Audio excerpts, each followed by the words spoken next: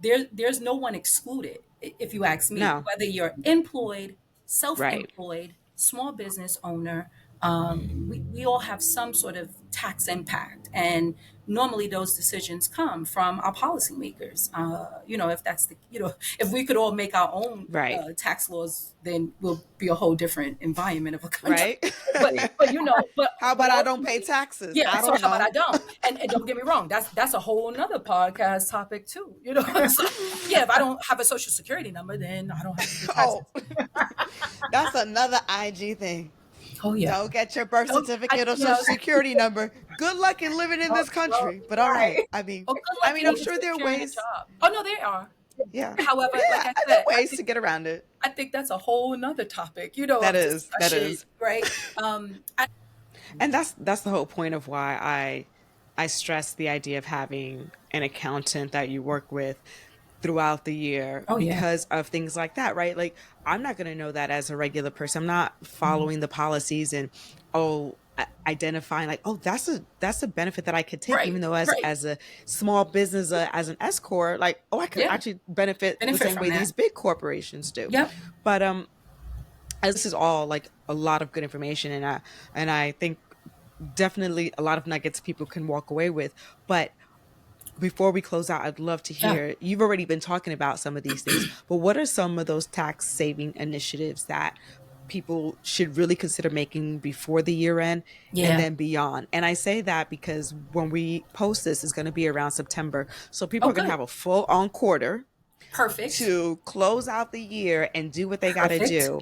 And so I Perfect. love to hear about that. Yeah, and something, I love that you segued into that quarter. So most of us accountants talk to the quarter end. A lot of the self-employed, business owners, they understand quarterly Hmm. taxes, or sometimes they don't understand quarterly taxes, and Right. we're educating them about what does that really mean. Do you have to pay estimated quarterly taxes, or not, right?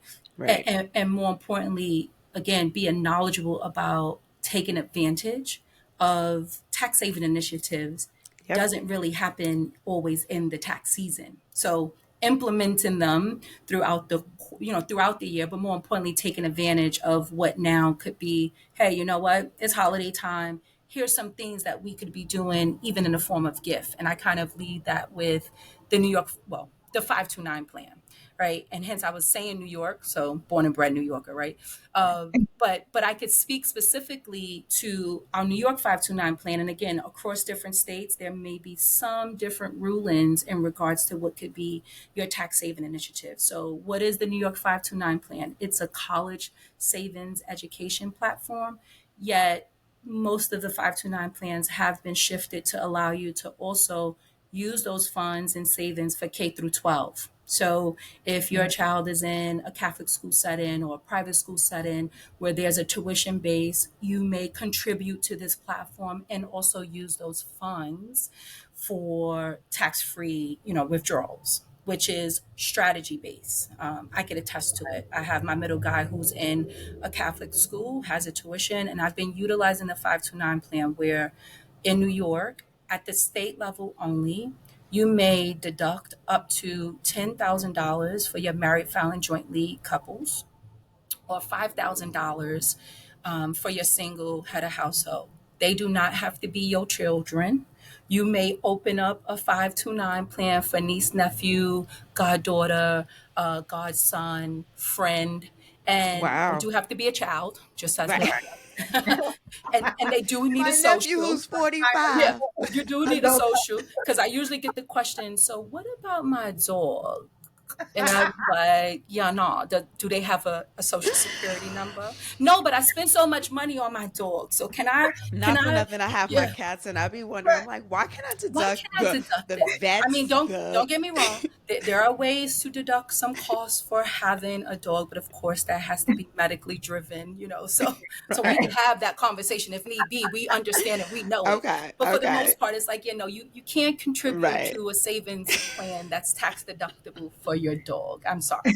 And I know The most withdrawal people, has to be love toward, their pets. Yes, yeah. exactly. But again, I'm saying that in and around Okay. this time That's of the great. year because instead of the gift of $50 in a card to your niece and nephew for Christmas, open up a Mm-hmm. 529 plan. You then get to deduct that at the state level. Mm. And I bring up $50, but it could be $50 a year, $50 a month, Right. right? That really Yeah. will start to tally up to $600 for the year. So why not? Why aren't I taking advantage of that? And then the beauty of it is reinvestment savings for your loved Mm. ones, and you get the tax benefit in lowering your taxable income at the state I level. love it. So to me, that's a big plus. And generally, how you would check to see if your state is applicable for the tax savings, it's usually a quick search on, I would say, your state Department of Taxation site. A Okay. Google may yield you same, but definitely go directly to the source, and or of course just talk to your tax professional or tax accountant. I don't want to leave out, and again, this is for those individuals who, most of us homeowners are like, great, we own a home, great, we could deduct our mortgage interest. I told you right now, some of those deductions for homeowners have been limited in the past, 5 to 6 years. So what are some other things that us individual taxpayers could do? If you're doing any home improvements that are solar or home energy saving based, those may actually be tax deductible. So definitely make sure you're keeping track of that. This is things like replacing windows, right? I had a Mm. client who did replacement of some windows in the basement. And we just were talking about it. I said, "Oh, but we asked you on our client info form if you did any home improvements." They were like, "Yeah, but we only spent like $1,000." I'm like, "Wait, what? We can do up to a $300 credit." Like for me, every dollar counts. That Yes. was It just adds up. talking It and adds up. happenstance, right? But even presenting to the client the question, did you do any, home energy Mm-hmm. savings? They didn't think that the windows was, but nowadays all windows are home energy Right. savings. It's just the way that they're made.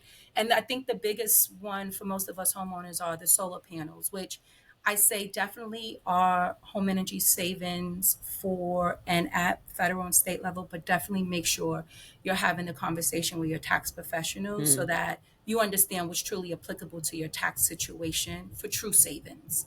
Right. And then if most of us haven't, but I think this is another big topic that has been coming down in the past year or two, which is the electrical vehicle credit. Mm. So that's another one, like your EV credit. If you're purchasing an electrical vehicle, there's actually huge tax savings incentives.